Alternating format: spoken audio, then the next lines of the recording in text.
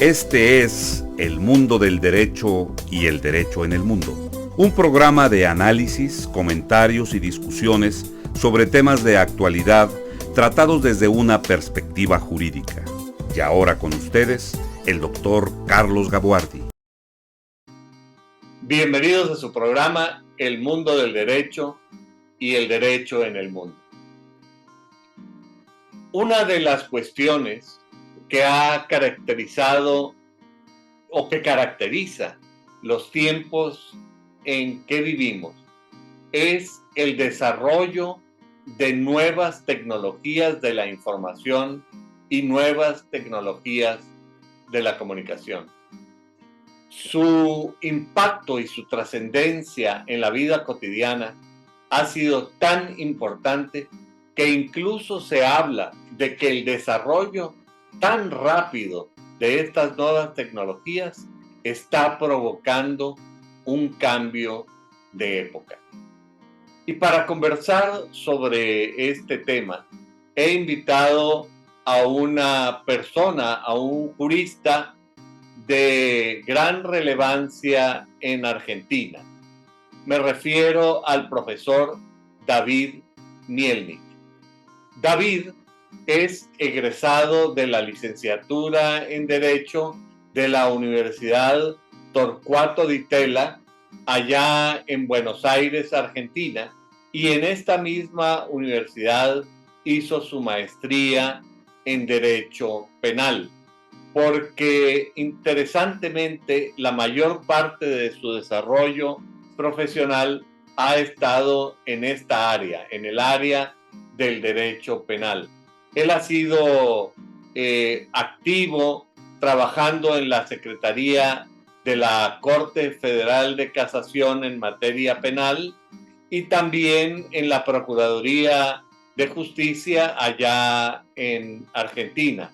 Pero desde el punto de vista académico ha sido un activo profesor también en la Universidad Torcuato Di Tella y ha hecho varias estancias de investigación en los Estados Unidos, principalmente, así como en Europa, principalmente en Holanda.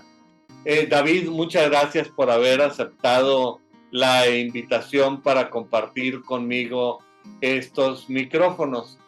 A mí me gustaría que, en primer lugar, me conversaras sobre la trascendencia de estas nuevas tecnologías en la vida cotidiana, pero particularmente en el desarrollo de la actividad jurídica. Y veo que el curso que tú estás dando se llama Análisis Computacional del Derecho, lo cual desde el título implica que tú tienes un enfoque diferente con respecto a esta disciplina. A mí me gustaría que tú me pudieras ayudar un poco a entender tu opinión de la relación de las ciencias jurídicas con las nuevas tecnologías y me conversaras un poco sobre tu propio enfoque. Bueno, buenas tardes, Carlos. Un gusto y honrado por la invitación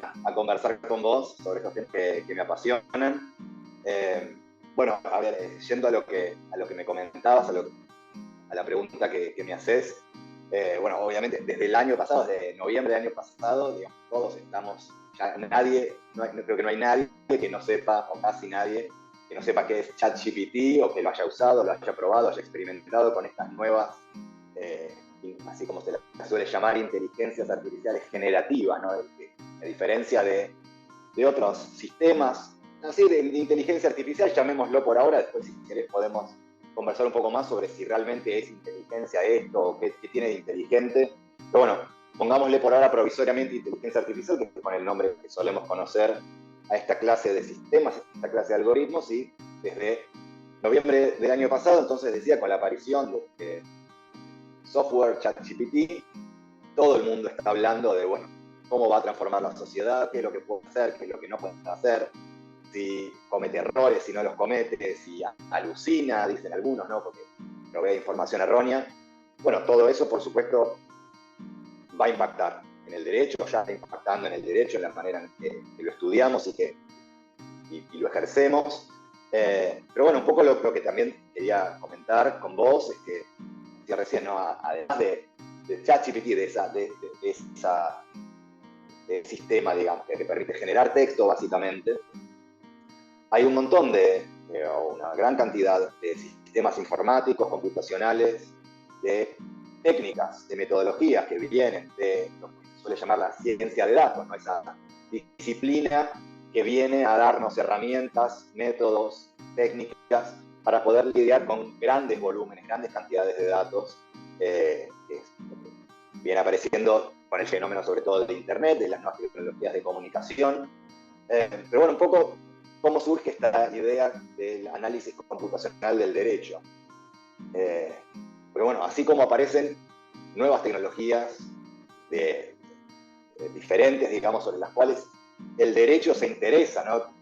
La sociedad se interesa, desarrolla tecnologías, desarrolla maneras diferentes de relacionarnos entre nosotros, y empieza a aparecer la pregunta acerca de si algunas de esas tecnologías no tienen potencial, por un lado, para generarnos oportunidades, obviamente, pero también para hacernos daño, para discriminar, para desfavorecer a grupos quizás ya históricamente desfavorecidos. Y ahí es donde a los abogados nos empiezan a preocupar, en principio, estas nuevas tecnologías, ¿no? La inteligencia artificial ahora, en particular, en el centro de la escena. Esa es una mirada, es la mirada, digamos, de la tecnología mirada a través del derecho, y es lo que el derecho tiene para decir sobre el desarrollo tecnológico, que es sumamente importante, y es la que más atención probablemente ha recibido de juristas de todas partes del mundo, bueno, preocupándose un poco por esto, ¿no? Por los problemas éticos, por los problemas legales, regulatorios, que plantean el desarrollo de estas nuevas tecnologías. Pero hay una manera diferente en la que se relaciona el derecho y la tecnología, que es un poco la que yo vengo explorando, sin descuidar esta mirada más, ya a esta altura más tradicional incluso, que es la de, bueno, la observación de que el derecho mismo, con el desarrollo tecnológico de los últimos, digamos, 10, 20, 30 años, empieza a convertirse en sí mismo en un fenómeno difícil de abarcar, difícil de asir, difícil de acceder con nuestras técnicas y metodologías de análisis jurídico tradicionales, ¿no?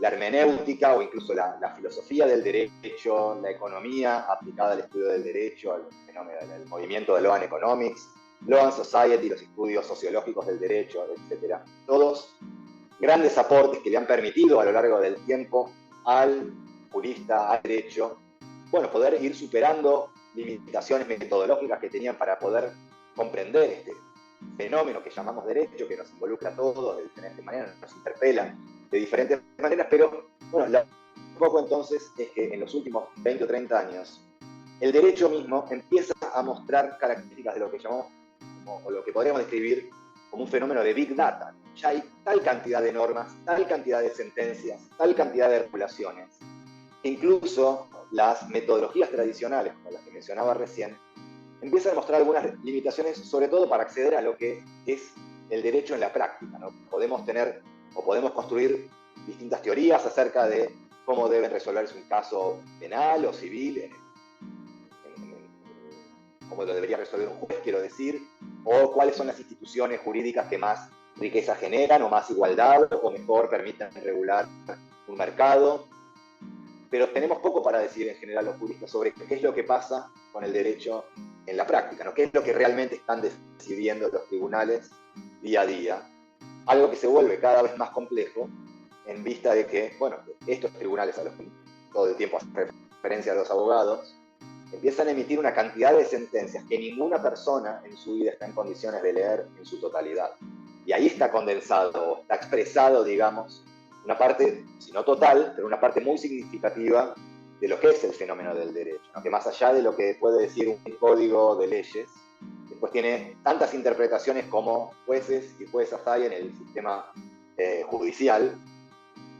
Y todo eso se traslada a casos diferentes, que no tenemos realmente una manera de poder verlos a todos. No podemos seleccionar, actualmente el método, digamos, que elegimos los juristas es elegir, bueno, 2 o 3 decisiones de los tribunales superiores, de las Cortes Supremas, de las Cortes de Casación, de las Cortes de Apelación, y decir, bueno, estos 3 casos, o 5, o 10, son un ejemplo de cómo se vienen resolviendo este grupo de casos en el que yo me quiero concentrar. No sé, los casos no sé, de violencia de género, por poner un tema que se investiga mucho actualmente.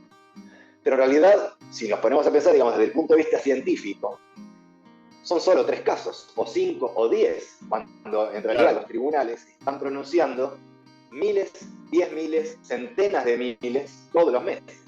Entonces, esos 3 fallos que uno consideraría, bueno, apelando a nuestra formación, ¿no?, que nos sugiere que ciertos principios, por lo menos formales, de justicia como equidad, sostienen que casos similares deberían ser resueltos de manera similar. Pero la realidad es que no tenemos una manera de comprobar eso.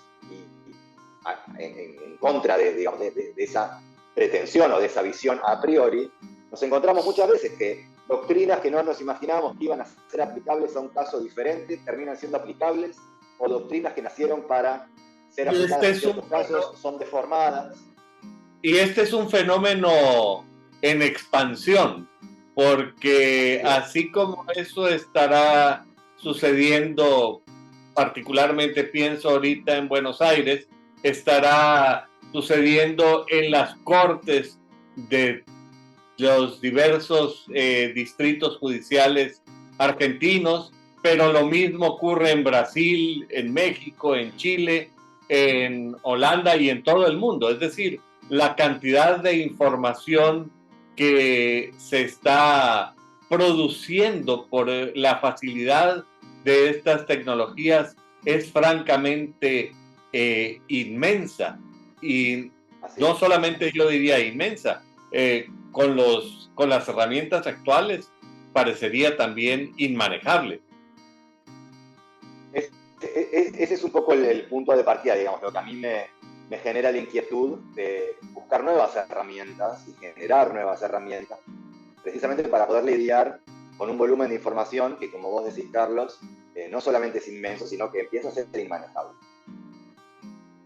Y, digamos, desde esta perspectiva, la propuesta que tú haces, yo me imagino que es una propuesta de orden metodológico, un método sobre cómo manejar estas enormes cantidades de datos e información.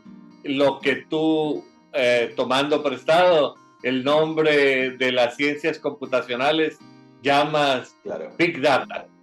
Cuéntame, ¿cuáles son estas propuestas metodológicas? Bueno, fundamentalmente, digamos, la corriente, digamos, del análisis computacional del derecho, también llamado en el mundo, ha tenido mayor desarrollo, aunque también muy reciente, los 6-7 años en Estados Unidos, los estudios computacionales, que son un poco herederos de los estudios empíricos sobre el derecho, ¿no? También una corriente que viene un poco más de atrás, desde los 70s, 80s, pero claro, aprovechando esta democratización, digamos, en las posibilidades de acceso a tecnologías y a capacidades de procesamiento que hoy nos da la computación personal, las computadoras, las notebooks con las que trabajamos todos los días, que nos permiten acceder a tareas de procesamiento de la información que antes quizás solo estaban disponibles para grandes centros de investigación o gobiernos o grandes corporaciones, ¿no? Hoy en día las computadoras personales tienen el suficiente poder informático, digamos, para que podamos manejarlas, digamos, incluso abogados, y ponerlas, digamos, al servicio de la generación o de la explotación de la información en beneficio para la construcción de nuevo conocimiento jurídico, ¿no? Algo que antes no podíamos hacer. ¿En qué consiste un poco entonces este abordaje? Bueno, fundamentalmente, digamos, la ciencia de datos abreva, digamos, o se nutre de distintas disciplinas como la estadística, por un lado, la inteligencia artificial, y un área particularmente dentro de la inteligencia artificial que se suele, para lo que nos interesa a nosotros como abogados, ¿no?, que es el área del así llamado el procesamiento del lenguaje, ¿no?, que es un conjunto de algoritmos, de técnicas, de metodologías que permiten que las computadoras dejen de ver, digamos, a los textos como meras sucesiones de caracteres, no una seguida de la otra, sin contenido, y empiecen a poder identificar las estructuras que hacen de ese contenido, bueno, un discurso humano, ¿no? Que ahí hay palabras, hay oraciones, hay párrafos, hay ideas, que esas ideas en el ámbito del derecho terminan siendo argumentos, terminan siendo descripciones de hecho, terminan siendo doctrinas, terminan siendo decisiones, ¿no? Tienen como la manera en la que universalmente encontramos para ejercer la justicia es a través de la palabra, y eso es algo que hoy podemos analizar de maneras muy innovadoras y con la posibilidad de amplificar nuestras capacidades de análisis a través de los estudios computacionales. Entonces, ¿en qué consiste? Fundamentalmente, muy a grandes rasgos, la tecnología. Yo, bueno, vengo dando cursos sobre esto, he preparado un curso para ofrecer ahora también, incluso no solo en la Universidad Torcuato Di Tella, donde me desempeño hace más de 10 años como profesor, sino también en la Facultad Libre de Derecho de Monterrey, donde vamos a estar hablando un poco de estas metodologías. ¿En qué consisten? Bueno, básicamente por un lado, en primer lugar, la consolidación de una gran base de datos de lo que sea que uno quiere estudiar, por ejemplo, sentencias de un tribunal, sentencias de muchos tribunales, leyes, regulaciones, normativas, o lo que sea. El sustrato de lo que uno quiere estudiar digamos, el método es bastante agnóstico, siempre que estemos hablando de discurso humano, no siempre lo que nos estemos refiriendo es a textos o al discurso oral. La primera parte entonces del método consiste en reunir una gran base de datos de miles de sentencias o de cientos de leyes o cientos de regulaciones, siempre hablando, ¿no?, de grandes números, ¿no? Algo que realmente, para lo que tenga sentido, aplicar un enfoque computacional que no podamos hacer simplemente con nuestro propio intelecto, nuestra propia capacidad de lectura. Pero una vez que eso está reunido, esa primera parte, la segunda, digamos, el segundo gran orden, digamos, de la metodología es la aplicación de técnicas, no solo ahora, ya no solo metodologías, sino de técnicas concretas de análisis de datos que permitan justamente extraer información nueva o nuevo conocimiento, mejor dicho, de esos grandes volúmenes de datos que reunimos en la primera parte. Digamos, el objetivo es, de alguna manera, para decirlo metafóricamente, enseñarle a una computadora a través fundamentalmente de la programación, pero también esto es algo de lo que podemos hablar. La programación es algo a lo que los abogados muchas veces le tenemos miedo, nos parece que es también un conocimiento arcano, oculto, solo accesible para profesionales de las ciencias de la computación, y en eso también ha habido grandes desarrollos y una gran democratización. Hoy en día la programación moderna se parece mucho al lenguaje con el que ya nos manejamos los seres humanos, y aprendiendo algunas maneras de traducir nuestras ideas, digamos, al lenguaje que entienden las computadoras, pero muy poquitas, ya podemos hacer grandes cosas. Entonces no hay que tenerle miedo a la programación. Hoy en día incluso mucho menos bueno, justamente como hablaba al principio, el ChatGPT permite traducir muchas de las inquietudes que tenemos, que podemos expresar en lenguaje natural al lenguaje que entienden las computadoras. Entonces, aprendiendo algunos fundamentos de programación, que es algo que uno tiene que poder entender, que es algo que ocurre fundamentalmente en el cerebro humano, ¿no? Es el diseño de un programa, más allá de la traducción en el código concreto, que en general, para lo que nos sirve a nosotros los abogados, es muy poquito, pero hay que saber usarlo con mucha soltura y, digamos, con mucha precisión. Eso es lo que quería decir. Aplicando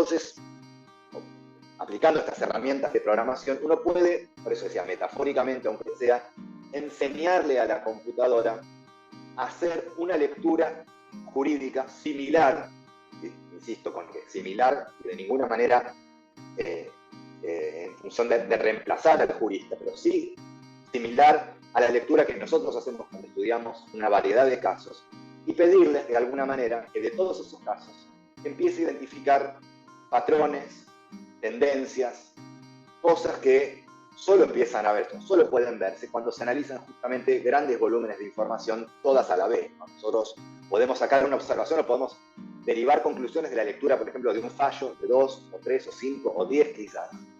Pero hay muchas cosas que se nos van a perder a menos que las podamos ver a distancia, ¿no?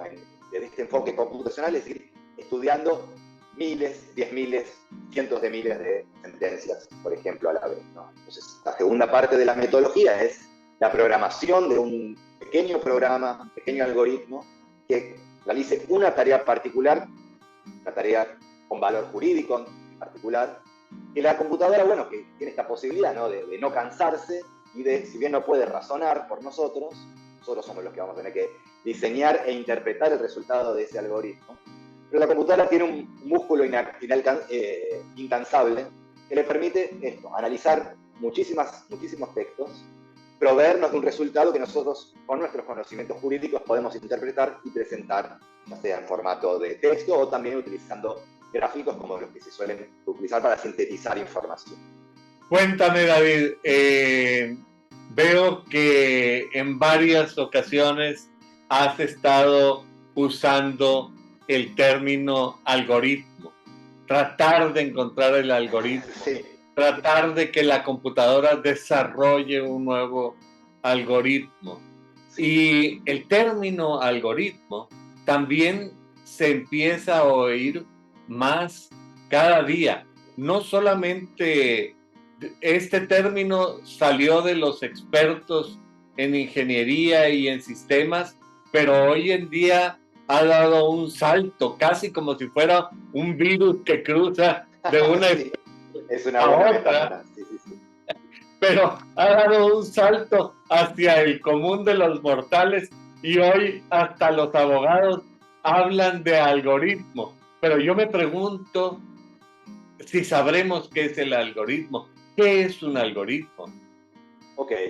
Bueno, mira, para mí quizás llamativamente yo empecé a conocer, empecé a familiarizar con el término algoritmo mucho antes de incursionar en el área computacional. A mí me enseñaron ya en la facultad que, por ejemplo, la manera de abordar un caso penal en la Facultad de Derecho, la manera de abordar un caso penal es a través de algo así como un algoritmo, de nuevo, tomando prestada probablemente la palabra de matemáticas y de las ciencias de la computación, pero yo estoy hablando ya de hace bastante tiempo, un algoritmo que tiene varios pasos, ¿no? Y básicamente, o en resumidas cuentas, un algoritmo es eso, es un conjunto de pasos, una receta de cocina en algún sentido, que nos dicen si lo seguimos, de cierta manera, vamos a llegar a una solución, por lo menos razonada o útil para el problema que queremos resolver. Entonces, en el área justamente del derecho penal, yo aprendí de mi profesor de derecho penal, es un gran maestro, un gran filósofo del derecho penal en Argentina, con gran protagonismo también en la discusión sobre filosofía del derecho en el mundo. Y él, lo que quiero decir es que no tiene ninguna formación tecnológica ni viene del área de la computación para nada, al contrario, tiene formación como filósofo, como abogado. Un gran pensador. Un gran pensador, claro. Y además aplica su capacidad cognitiva y de razonamiento a entender el fenómeno jurídico de una manera amplia, pero particularmente enfocada hacia el análisis del derecho penal. Ese entiendo que es tu profesor. Así es, Marcelo Ferrante, bueno, un enorme jurista penal y también bueno, una capacidad, una mente jurídica realmente sorprende cada vez que uno habla con él. Pero bueno, él siempre habló del algoritmo de la responsabilidad penal, ¿no? de descomponer la gran pregunta compleja sobre la responsabilidad que tiene una persona frente a la sociedad por la comisión de un hecho ilícito. Esa pregunta es tan difícil de responder. Él decía, hay que abordarla como si la estuviéramos, como si nos propusiéramos resolver o desarrollar los pasos de un algoritmo, ¿no? Entonces la descomponemos. Esto viene también incluso de la dogmática jurídico-penal alemana y también tiene componentes, digamos, de la manera en la que se abordan los casos penales en los modelos, digamos, del common law, de modelos angloamericanos, donde, claro, no nos hacemos toda la pregunta, bueno, esta persona es culpable o no de un hecho ilícito. Primero nos preguntamos, ¿el hecho que cometió es típico, ¿no? de un delito, de un tipo penal, ¿no? El comportamiento, más allá de sus preocupaciones o de lo que él quería hacer, ¿no? De lo que la gente, ¿no? el autor del hecho, si es reprochable o no. Más allá de eso, pensamos, este hecho puede ser descrito, ¿no? en los términos de una norma, o como en los términos de la violación, una norma penal. Bueno, descomponemos ahí de nuevo la pregunta. Además, no solamente nos preocupamos por el hecho, ¿no? Decimos, desde el punto de vista objetivo, ¿cuál es la respuesta? ¿Podemos describir este comportamiento en los términos, no sé, del delito de homicidio, ¿no? Esto es realmente la causación de una muerte, y en segundo lugar es una causación voluntaria, ¿no? El agente se representó mentalmente, tuvo entre sus propósitos dar muerte a esta persona. Bueno, después nos preguntaremos si tuvo alguna causa de justificación, y finalmente llegamos a la pregunta por la culpabilidad, el reproche, etc., ¿no? Pero esa manera de dividir un problema complejo, denso, en múltiples niveles, ¿no? Y con el propósito fundamentalmente de intentar hacer las cosas lo más razonadas y lo más confiables posible, ¿no? Entonces, bueno, todos los juristas penales nos formamos de una manera muy similar a la que estaba describiendo recién, es la manera en la que pensamos los problemas. Eso nos genera un discurso común, una manera común de entender los argumentos que quiere hacer la contraparte, y que el juez o la jueza pueda interpretar qué es lo que están queriendo decirle el fiscal, la defensa, etc. Y en el fondo sigue eso, ¿no? Es una serie de pasos que tenemos que seguir para tratar de equivocarnos lo menos posible, ¿no? Para minimizar el error judicial en casos tan complejos como los casos de derecho penal. Algo así, entonces, por eso me parece que es una palabra que, si bien viene del área de la tecnología, para los juristas nos tendría que resultar bastante familiar, porque algo así es lo que está presupuesto cuando pensamos en un algoritmo de computación.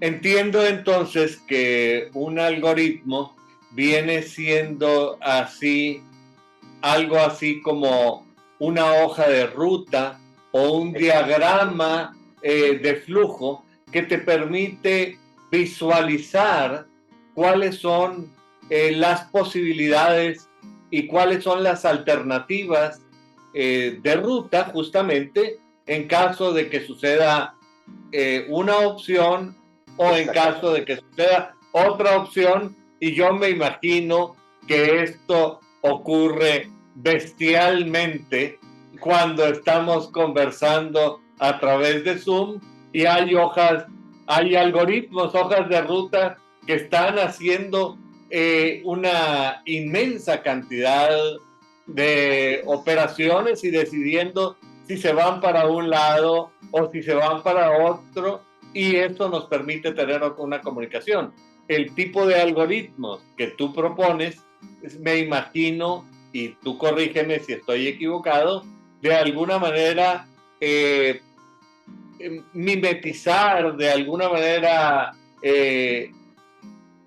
tomar una estructura similar a la que tomaría un jurista cuando está abordando un problema. Y cada especialidad, tú comenzaste tu conversación diciendo que realmente el derecho estaba ampliándose explosivamente, y yo me imagino que diferentes áreas razonan de diferente manera. Un problema muy importante, cómo razonan los abogados, pero quizá el penalista no razona igual que el de administrativo o el de civil. Totalmente. O el de algunas otras áreas que todavía no se han inventado.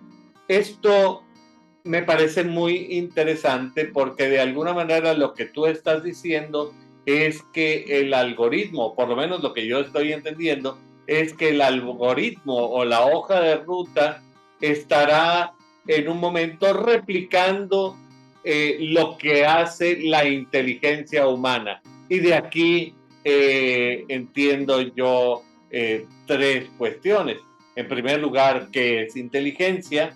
En segundo lugar, ¿cuáles son las características de la inteligencia humana? Porque esto nos lleva a hablar de la inteligencia artificial y por lo menos en común las palabras tienen de llamarse inteligencia, por lo menos los términos en común tienen de llamarse inteligencia, pero habría que contrastarlos. ¿Cuál es la diferencia entre la inteligencia humana y la llamada inteligencia artificial, si es que hay? Y luego complicamos esto con lo que tú decías, la inteligencia artificial creativa o generativa. Cuéntame, quizá bueno, para mí se me hacen complicadísimos estos temas. Por un lado, bueno, la verdad es que también yo siento que son temas que por ahí están sobrecomplejizados por ahí en los medios, ¿no? Pero no, una vez que uno empieza a hablar de ellos y quizás derriba ciertas barreras terminológicas, se da cuenta que por ahí no es tan complejo como uno quisiera o pensaba en primer lugar. Ante todo, déjame decirte que comparto con vos la descripción que hiciste de la hoja de ruta y en particular algo muy importante que subrayaste dentro de la informática, que es esta posibilidad de que los caminos se vayan bifurcando, ¿no? La posibilidad de prever que la información, como va fluyendo la información a lo largo de un programa, puede hacer que ese programa vaya reaccionando de una manera o de otra. Y, digamos, eso, una estructura muy fundamental, digamos, de la manera en la que se abordan los problemas de la informática, junto con otra gran estructura que es lo que termina de redondear esta idea de algoritmo. Es algo que en principio no está pensado para que un algoritmo, no es algo que está pensado para que ocurra una sola vez, sino que uno diseña un circuito, este algoritmo, que se va a repetir, que va a iterar y a reiterar una y otra vez para ir resolviendo, digamos, el problema que uno quiera atacar. Eso es un poco la posibilidad que le da a la informática, al programador o al jurista programador, a la persona, al analista, al científico que está detrás, de establecer un conjunto de reglas para que siga la computadora y que después sea la propia computadora la que pueda replicar esas mismas reglas a lo largo, como decía hace un rato, bueno, de cientos de miles de sentencias, ¿no? Y de ahí poder derivar. Pero dicen que estos programas no solamente siguen las instrucciones que tú les das, sino que aprenden. Sí. Cuéntame, ¿en qué sentido aprenden? Eso ¿Y sí, qué aprenden? Está excelente la pregunta y eso sí nos mete de lleno en el área de la inteligencia artificial, que es probablemente uno de los aspectos más interesantes del análisis computacional del derecho, en la manera en la que la podemos usar para amplificar, digamos, nuestras capacidades de análisis legal. Ahí sí me gustaría hacer una salvedad, en mi opinión, la inteligencia humana y la inteligencia artificial no tienen nada que ver. Es la inteligencia, lo que se llama inteligencia artificial es, de hecho, inteligencia humana muy inteligente, muy inteligentemente aplicada para la resolución de problemas, pero no me parece que sea demasiado rico o productivo tener la idea de que la inteligencia artificial se aproxima o de alguna manera intenta emular a la manera en la que funciona la inteligencia humana, con toda su densidad, con toda su complejidad y con todo lo que eso implica, ¿no? Detrás de lo que hoy llamamos entonces inteligencia artificial, que el nombre tampoco digo que sea fantasioso o simplemente marketinero, hay algo de verdad ahí, pero hay que matizarlo, ¿no? La inteligencia artificial son programas informáticos que emulan algunas capacidades que tenemos los seres humanos, pero solo en el resultado, no en la manera de llegar a ese resultado.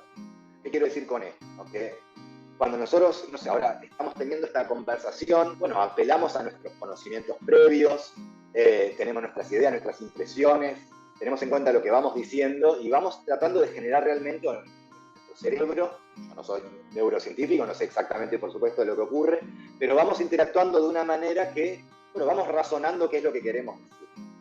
Y vamos generando, digamos, nuestro discurso a partir de ideas que vamos teniendo en nuestro cerebro. Eso no ocurre ni está cerca de ocurrir, según al menos puedo entender yo, con la inteligencia artificial, ¿no? Lo que sí nos permite es, bueno, generar, por ejemplo, software que genera texto, ¿no? Que genera diálogo, que genera respuestas coherentes, pero de una manera completamente diferente, que no tiene que ver con la relación de ideas o el pensamiento abstracto. Vos recién mencionabas esta capacidad que se le suele atribuir a la inteligencia artificial de aprender de los datos. Bueno, ¿qué quiere decir eso? Es algo, de nuevo, muy diferente a lo que quiere decir para los seres humanos, pero en algún sentido algo de verdad tiene. Trato de ejemplificarlo de la siguiente manera, con un ejemplo que doy habitualmente. La idea de programas aprendiendo de los datos se contrasta con la siguiente idea, ¿no? De la programación tradicional. Si uno, antes del paradigma de la inteligencia artificial moderna, ¿no? Lo que se llama el aprendizaje automático, quería generar, por ejemplo, un programa simple que calculara, no sé, con una regla muy sencilla, cómo convertir grados centígrados, ¿no? la temperatura, en los grados Fahrenheit que se usan, por ejemplo, en Estados Unidos. Entonces uno sabe, tiene una regla, ¿no?, de conversión, que dice, bueno, si yo quiero tomo grados centígrados, lo multiplico por 1,8, le sumo 32, tengo la temperatura en Fahrenheit. No, yo esa regla de conversión explícita la puedo programar. Le digo a la computadora, cada vez que a vos te den un número, multiplicarlo por 1,8, sumarle 32 y devolverme ese número, y eso es una calculadora normal. Existe hace décadas. Ahora, ¿qué es lo que viene a innovar la inteligencia artificial en este sentido de aprendizaje automático? Yo puedo programar una computadora hoy en día sin decirle, mira, un grado centígrado se convierte en un grado Fahrenheit con una temperatura expresada en Fahrenheit de esta manera. Yo lo que puedo hacer es otra cosa. Le digo, mira, te doy estos 8, 10 o no sé, 15 mediciones de temperaturas en Fahrenheit y te digo al mismo tiempo, bueno, esta temperatura se correlaciona o se expresa en Fahrenheit con este valor, esta otra con este otro valor, y así para cada una de las 15 mediciones. Entonces yo tengo 15 mediciones en Fahrenheit y le mostré a la computadora simplemente que tengo también esas mediciones expresadas en grados centígrados se pueden expresar también en grados Fahrenheit con una cierta numeración. Y lo que va a hacer la inteligencia artificial es inferir por sí misma cuál es la regla de conversión subyacente, sin que yo se la diga explícitamente. Entonces acá aparecen varias cosas. Primero, esta posibilidad de que a partir de los datos un algoritmo ajuste internamente su funcionamiento y pueda decidir por sí mismo cuál es la regla de conversión sin que yo se la diga explícitamente. Esto que uno dice, bueno, ¿qué tiene que ver esto con el derecho? ¿O para qué me puede servir? Porque ¿para qué le tengo que enseñar a una computadora, por ejemplo, a aprender la regla de conversión entre grados centígrados y Fahrenheit si yo ya sé esa regla de conversión y la puedo programar? Bueno, por supuesto, para problemas triviales como este, estoy escribiendo solamente para dar una primera impresión, no tiene ningún sentido aplicar inteligencia artificial. Pero tenemos un montón de problemas mucho más sofisticados, mucho más sutiles, para los cuales nosotros no conocemos la regla de conversión que permita relacionar un dato con el otro. Pongo un ejemplo jurídico, que es en particular el tema de mi investigación de maestría y también de doctorado, que es la posibilidad de que a partir de un conjunto de sentencias judiciales podamos generar un modelo informático que nos permita de alguna manera predecir cómo va a pronunciarse un tribunal en un caso concreto. Claro, nosotros podemos, así como yo te comentaba recién, que podemos a la computadora mostrarle una serie de números y pedirles que los relacione, también podemos mostrarle una serie, por ejemplo, en mi investigación hasta ahora, ¿no?, algunos de los experimentos que he hecho, podemos mostrarle fallos, por ejemplo, en los que un tribunal le dio la razón al apelante, al peticionante, y sentencias en las que dijo que no tenía razón. Ahora, ¿qué es lo que unifica? ¿Qué es lo que de alguna manera permite vincular a todos los casos en los que el tribunal le dio la razón al peticionante y casos en los que lo rechazó? Bueno, eso es algo que si nosotros miramos aisladamente los fallos, no lo vamos a poder descubrir. Solo lo vamos a poder descubrir si miramos todos los fallos juntos y aprendemos a relacionar uno con otro y ver qué es lo que tienen en común los fallos que salen, digamos, decididos a favor del apelante y los fallos que salen decididos en contra. Eso es que un ser humano, en principio, no está en condiciones de hacer o que le llevaría mucho tiempo hacerlo, ¿no? En general, los juristas, los abogados, después de muchos años de carrera, pueden empezar a ver, bueno, en esta clase de casos, esta cámara suele resolver de esta manera y en esta clase de otro de casos es más sensible este argumento o este argumento no tiene mucho éxito en este tribunal. Eso lleva muchos años.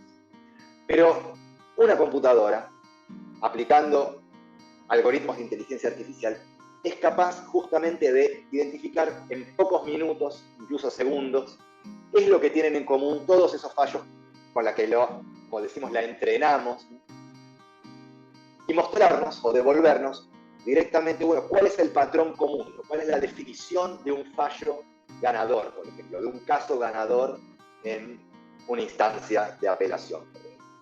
Y eso nos da muchísima información. jurídica, ya, no informática, ¿no? Nos dice, por ejemplo, que bueno, lo que suelen tener en común, no sé, el experimento que yo hice de casos penales, bueno, casos que están vinculados con la libertad antes de la condena tienden a ser resueltos de cierta manera, casos que están vinculados con el derecho penal aduanero, el derecho penal cambiario, suelen ser resueltos de esta otra manera. ¿Y qué es lo que hizo entonces la computadora ahí detrás? Bueno, así como había podido resolver ese problema tan pequeño y trivial como la conversión de grados Celsius a grados en Fahrenheit, también puede ayudarnos a relacionar el texto de casos, los hechos de los casos, los argumentos de las partes, en un resultado judicial concreto. Razón, o darle la razón, o fallar a favor o en contra del apelante.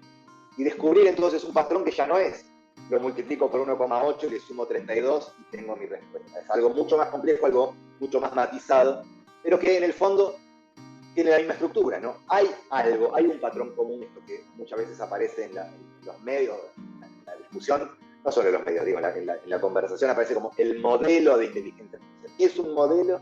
Bueno, básicamente una definición de lo que algo es. En mi caso, un modelo de lo que es un grado Fahrenheit en relación con los grados centígrados, o, como venía diciendo recién, que es un caso ganador en el contexto de un tribunal en un periodo determinado. Pero parecería que el eje central común a todos estos planteamientos que tú haces es que siempre detrás de la creación de un algoritmo y el desarrollo de un programa tiene que haber la inteligencia de una persona que visualice el problema que quiere resolver, número uno, y número dos, cómo quiere resolverlo. Luego habría que plantearse si la sinergia de la consecuencia de encontrar y definir estas dos alternativas podría llevar a desarrollar nuevo conocimiento y nuevas decisiones. Sí, así es, exactamente como estás diciendo, no podría estar más de acuerdo, porque sí, hay algo que hay que enfatizar, es que nada de esto es del todo automático, ¿no?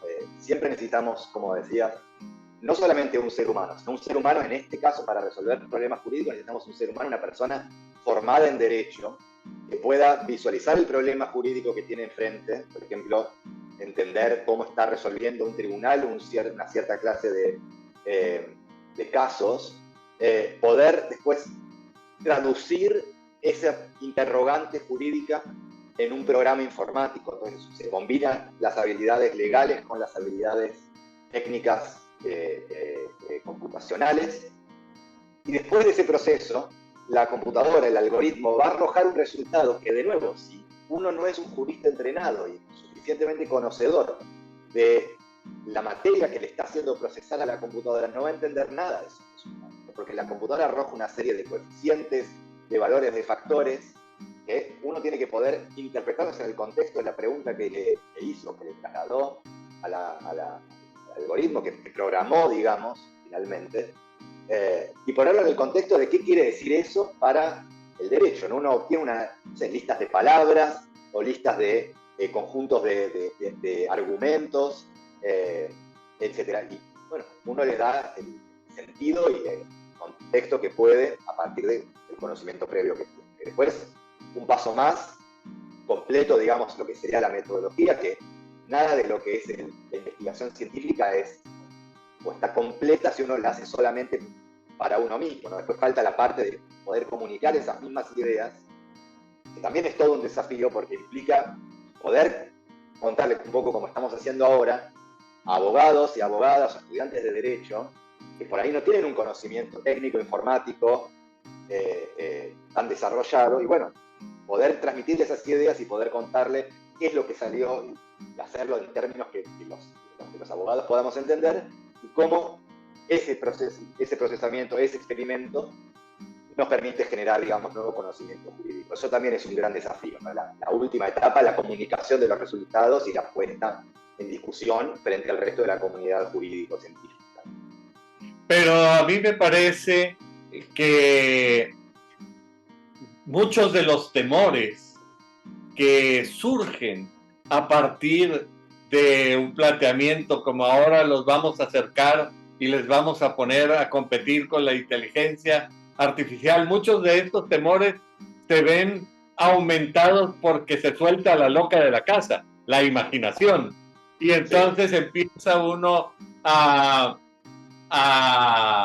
visualizar cosas que a lo mejor no tienen mucho sentido. Y para mí ha sido inevitable pensar en la literatura y particularmente en la literatura de ciencia ficción. Y un poco esta referencia a la literatura y a la ciencia ficción te la voy a conversar porque yo veo que ahorita como que apenas estamos comenzando a explorar este mundo de la inteligencia artificial. Pero mira que cuando Julio Verne escribió 20.000 leguas de viaje submarino, estábamos muy lejos de los submarinos atómicos. Que se convirtieron en una realidad. Y cuando pienso en esto, yo creo que mucha gente se imagina la novela de Arthur C. Clarke y aquella famosa película de 2001 y HAL, sí. ¿Verdad? HAL, claro. La inteligencia artificial que se pone en contra del ser humano. Y así pienso es. En las leyes de la robótica de Asimov, sí. Si habrá necesidad correcto. De comenzar a trabajar en esto, pero también pienso en Data de Star Trek, y cuando sí. Aquellos juicios en los que se cuestiona si el ente que es el generador de inteligencia artificial tiene conciencia y por lo tanto puede ser sujeto de derechos fundamentales. Claro. Y también pienso en Steven Spielberg y su película Inteligencia Artificial, sí. Con realmente implicaciones conmovedoras.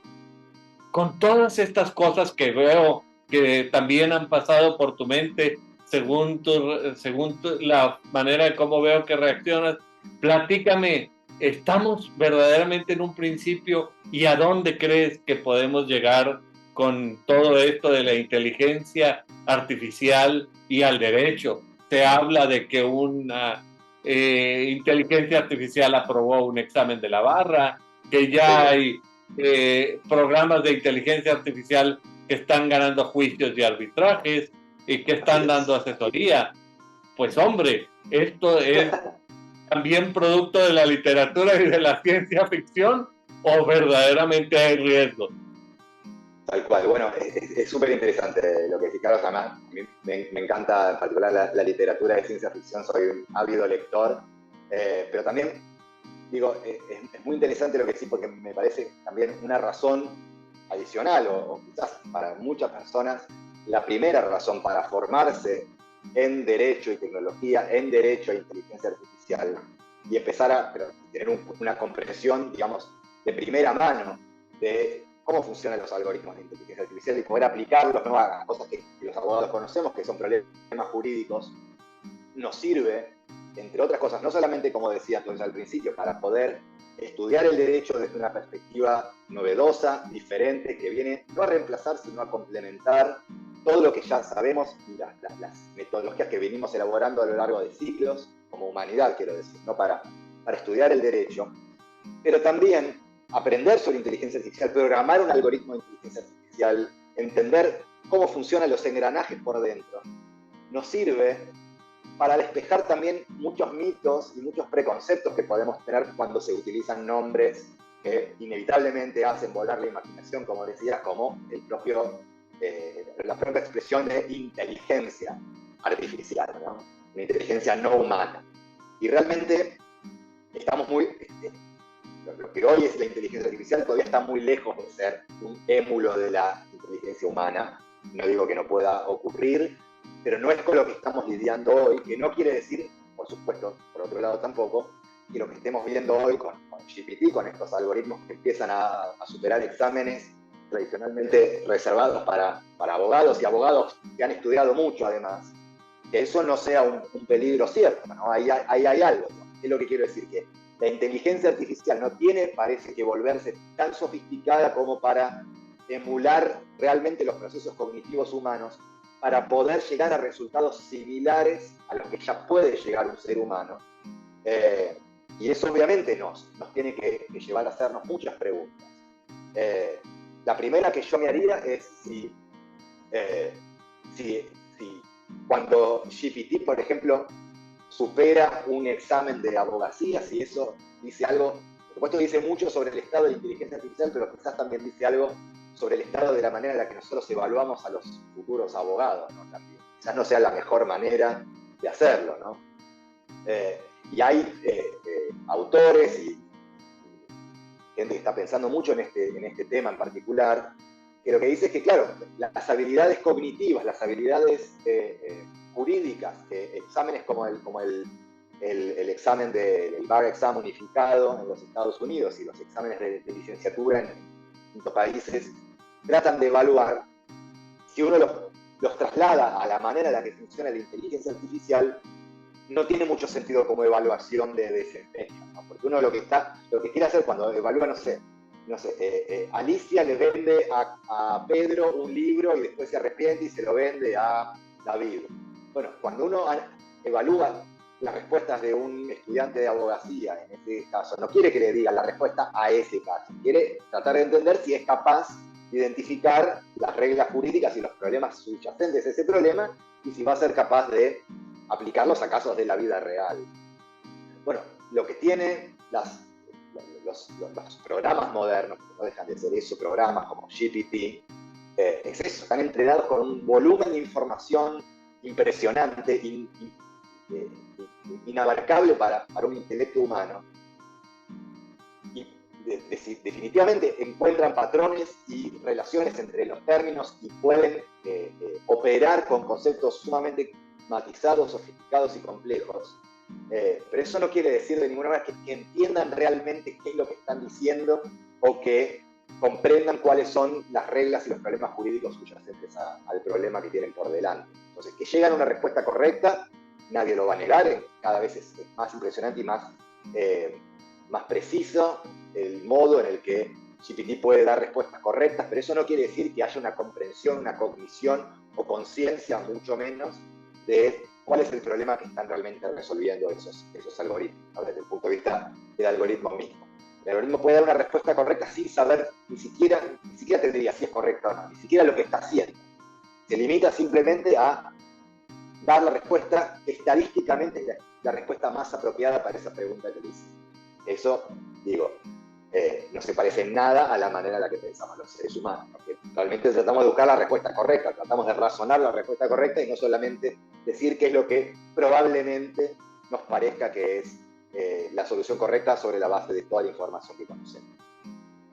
Parece que lo que tú me estás diciendo es que las máquinas y los programas todavía en este momento y quizá durante muchos años carecerán de humanidad, es decir, carecerán de la capacidad de entender que aquello con lo que están trabajando son seres humanos que tienen una realidad y una dignidad que las máquinas en este momento, y cuando me refiero a las máquinas me refiero incluso a los programas, en este momento no tienen la capacidad de apreciar. Sería la pregunta si esto podrá suceder en el futuro. Bueno, absolutamente, es tal cual lo estás diciendo, y hay algo que también, o sea, aprender sobre inteligencia artificial, pero aprender, digamos, sobre los fundamentos técnicos, ¿no? sobre el razonamiento estadístico, matemático que está detrás de estos algoritmos, también ayuda a despejar un poco estas ideas o a ser más realistas en cuanto a qué es lo que podemos esperar de la inteligencia artificial. Y algo muy importante que vos señalabas, Carlos, es que claro, los seres humanos, la cognición de nuestra mente está formada a partir de muchísimos estímulos, ¿no? De todos nuestros sentidos, la vista, el contacto, el afecto humano, el tacto, la experiencia de vida. Uno de esos elementos, lo que está formado en nuestra personalidad, nuestra cognición, definitivamente es el lenguaje. Pero las inteligencias artificiales que estamos viendo estos días, que son cada vez más sofisticadas, se llaman, no en vano, grandes modelos del lenguaje. De lo único que aprenden es del lenguaje. Entonces solo tienen la experiencia del lenguaje, que es una experiencia, por supuesto, central y muy importante en la vida humana, en la vida de las personas, pero no es la manera completa de la experiencia humana, ¿no? Entonces, de ninguna manera se acerca ni siquiera, ni por asomo, a poder entender o poder procesar la suma de lo que es la experiencia humana, que es mucho más que el lenguaje también, o por lo menos mucho más que el lenguaje como discurso, ¿no? Hay mucho lenguaje no verbal, lenguaje del contacto, lenguaje del afecto, de simplemente estar en el lugar que hay que estar, en el momento en el que hay que estar, con la persona que hay que estar. Todas esas experiencias, todas esas cosas que nos trae eso y que de alguna manera nos modela, eso por supuesto no tiene nada que ver con el tipo de datos sobre los que aprende una inteligencia artificial hoy en día.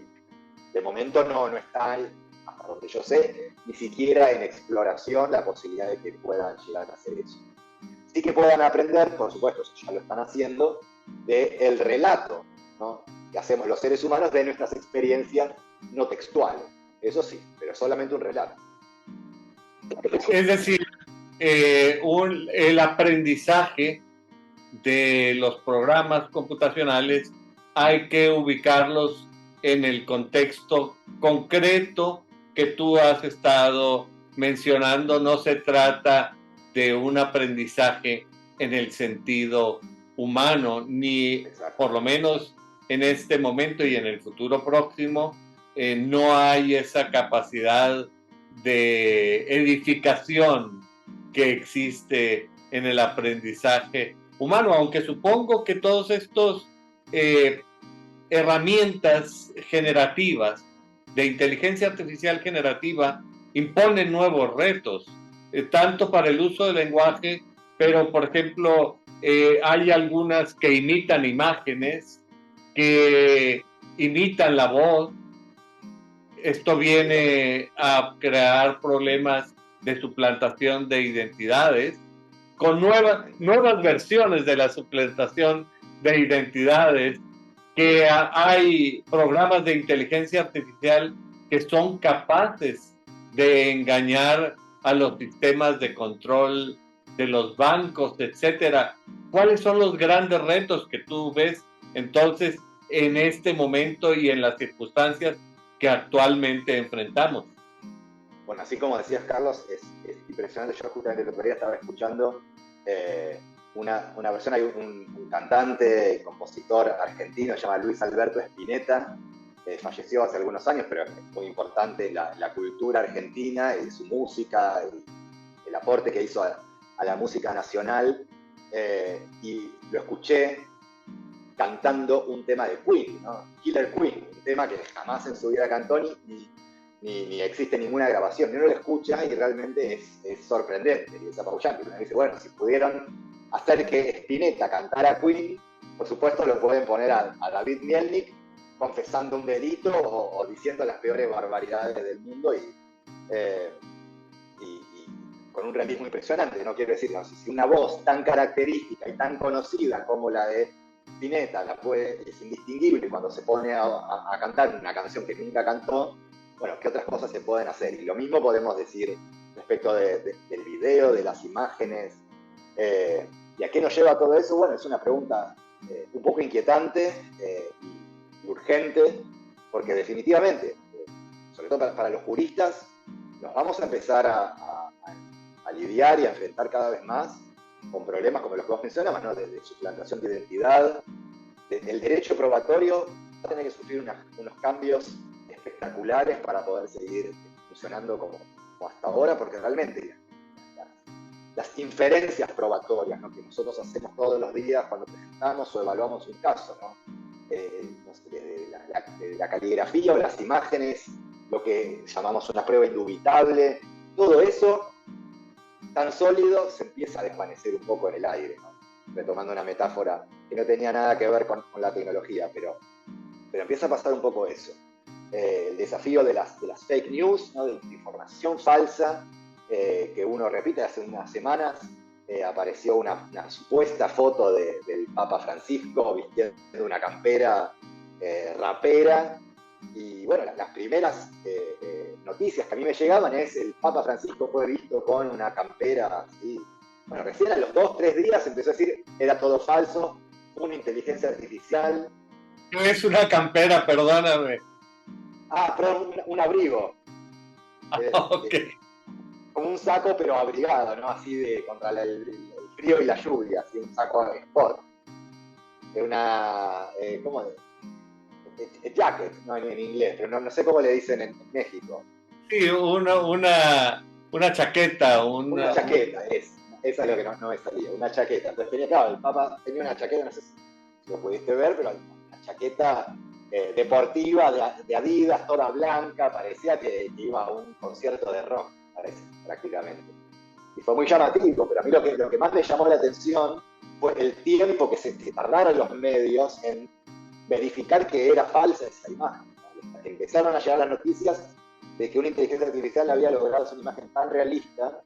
Bueno, ese lapso puede significar que una persona la condenen, que un país le declare la guerra a otro país, no sé, tantas cosas que es difícil de pensar, pero realmente, eso sí, hasta ahora, hace un ratito venía hablando un poco de tratar de limitar un poco nuestras expectativas en cuanto a lo que es la inteligencia artificial, pero nada de esto indudablemente quiere decir que no sea una tecnología enormemente disruptiva, que presenta muchas oportunidades, pero que también tiene sus peligros, frente a los cuales hay que estar informados, y sobre los que vamos a tener que generar nuevas herramientas y maneras de relacionarnos entre los seres humanos para no caer en contenidos falsos pero indistinguibles de la realidad, ¿no? Hoy, sobre todo, que todo pasa a través de la computadora, ¿no? Ahora estamos teniendo una videoconferencia. Uno supone que el que está del otro lado es Carlos, que el otro que está del otro lado es David. Pero quizás no sé si en años, quizás en meses ya no podamos hacer esa afirmación. Entonces estamos acá hablando entre dos seres humanos, eso es algo que podamos dar por hecho y sobre esa base empezar a comunicarnos. Quizás ni siquiera lo podamos hacer, quizás tengamos que elaborar otro protocolo, ¿no? Que, no sé, nos encontramos en persona o nos damos algún tipo de prueba de que somos humanos y que nos vamos a vincular como seres humanos. No lo sé, la verdad no lo sé. Bueno, pues lo cierto es que todas las tecnologías pueden usarse para bien o pueden usarse para mal. Un cuchillo lo puedes usar para cortar la carne, pero también lo puedes usar para atacar y lesionar e incluso matar a una persona. La electricidad nos permite estar en comunicación, pero tú también la puedes usar para electrocutar animales y personas, como sucede con la silla eléctrica o como sucedió con el pobre elefante aquel cuando la guerra de la corriente alterna y de la corriente directa, que para demostrar los riesgos de la corriente alterna electrocutaron un elefante y bueno, pues a mí hoy en día esto se me hace infamante. Es decir, la tecnología siempre ofrece estas posibilidades y de alguna manera siento yo que hay que recurrir a la poesía. Pienso en Becker, mientras en el cielo o en la tierra haya un abismo que al cálculo resista. Becker dijo que habría poesía, pero yo diría que se necesitará un ser humano que se ponga a cavilar sobre las consecuencias de eso, sobre las implicaciones y busque soluciones para el mejoramiento de la humanidad. Y habrá, como en todas las cosas, de las flores la abeja saca miel y la araña saca saca veneno. A mí me parece que estos son temas que ofrecen muchísimas posibilidades para conversar. Y a mí me gustaría invitarte para que te reúnas conmigo con cierta frecuencia a conversar sobre esto y a evaluar las implicaciones que todo esto tiene, pero como no todo es miel sobre hojuelas, el programa tiene que terminar, pero antes de cerrar, a mí me gustaría invitarte para que a partir de todas estas reflexiones que nos has hecho el favor de compartirnos, nos ayudes con una reflexión final para que el público que semana a semana nos hace el favor de acompañarnos pueda quedarse con algunas ideas relevantes que tú nos puedas indicar. Bueno, claro, con mucho gusto. Bueno, lo que diría un poco entonces, recapitulando lo que vine diciendo, ya creo que no es ninguna verdad revelada, digamos que el mundo está cambiando de la mano de la tecnología y en particular en el tiempo y probablemente en el tiempo que sigue de la mano de la inteligencia artificial. Es una tecnología sobre la que hay muchos mitos, sobre los que hay muchos preconceptos, pero también sobre los que hay muchas oportunidades y muchos peligros, y me parece que es fundamental para los abogados, las abogadas, los graduados ya, y también los estudiantes de Derecho, o sea, los futuros profesionales del Derecho, también formarse en temas de tecnología y en particular en temas de inteligencia artificial, por dos razones, fundamentalmente, que es las que traté un poco de conectar a lo largo de esta conversación. Por un lado, bueno, porque esta tecnología está cambiando casi todos los aspectos de la vida en sociedad y como juristas tenemos que tener las herramientas para poder abordar esta tecnología, para poder entenderla, para poder comprender sus limitaciones, sus peligros, las cosas que no están claras y poder regularla y que, como vos decías, ¿no? Maximizar las chances de que sea utilizada para el bien y no para el mal, no para hacernos daño. Y en segundo lugar, también porque, también como traté de expresar, como es mi visión, el derecho mismo está alcanzando características, me gustó la palabra que usaste, explosivas, ¿no? de cantidad y de volumen de información.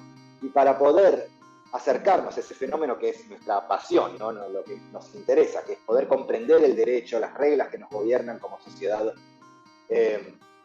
ya quizás las herramientas tradicionales con las que aprendimos y estudiamos derecho hace tiempo, nos formamos hace tiempo, o todavía hoy, las herramientas tradicionales siguen siendo enormemente valiosas, pero tienen límites también. Y hoy algunos de esos límites los podemos superar aprovechando justamente estas nuevas tecnologías, en este caso, para mirar esto que hacemos, para mirar el derecho desde una perspectiva diferente. Y hay como una especie, como decía John Rawls, ¿no? el filósofo norteamericano, hay una especie de equilibrio reflexivo acá. Cuanto más utilicemos la tecnología para entender el derecho, creo que más comprensible va a ser el derecho para nosotros, y al mismo tiempo, cuanto más podamos hacer ese ejercicio de utilizar tecnología para aprender derecho, más aprenderemos sobre tecnología y más sabremos cómo aplicar el derecho para regular la tecnología y para poder llevarla a un buen puerto y que sirva realmente para generar oportunidades, para tender a un mundo más conectado, más vinculado, más equitativo, con más justicia y no que prosperen, digamos, los usos dañinos que puede llegar a tener esa tecnología. Así que la invitación es a que los abogados presentes y futuros no tengamos miedo de las nuevas tecnologías, pero que sí asumamos el compromiso y la responsabilidad de que tenemos que formarnos, tenemos que entendernos, de que eso supone salir un poco de nuestra zona de confort, quizás de hablar de temas algo diferentes a los que venimos hablando, de los que tenemos más experiencia por nuestra formación profesional, pero que es un salto que tenemos que dar y que es un esfuerzo que tenemos que hacer colectivamente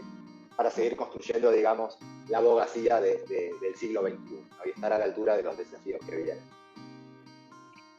Es decir, para fortalecer la inteligencia artificial, quizá el primer paso sea continuar fortaleciendo la inteligencia humana. Muchas gracias, David. He disfrutado mucho nuestra conversación y me parece que el mensaje que tú das es profundo y está basado en toda tu experiencia. Al público que semana a semana nos hace el favor de acompañarnos, les recuerdo que su opinión es muy importante para nosotros y que nos gustaría tratar justamente los temas que resultan de su mayor interés. David, nuevamente quiero agradecerte toda la generosidad y apertura que has tenido en conversar conmigo sobre estos interesantes temas y por lo pronto creo que nos volveremos a reunir la próxima semana. Muchas gracias. Muchas gracias, Carlos. Ha sido un placer estar con vos y muy honrado nuevamente por la invitación. Seguimos en contacto. Claro que sí.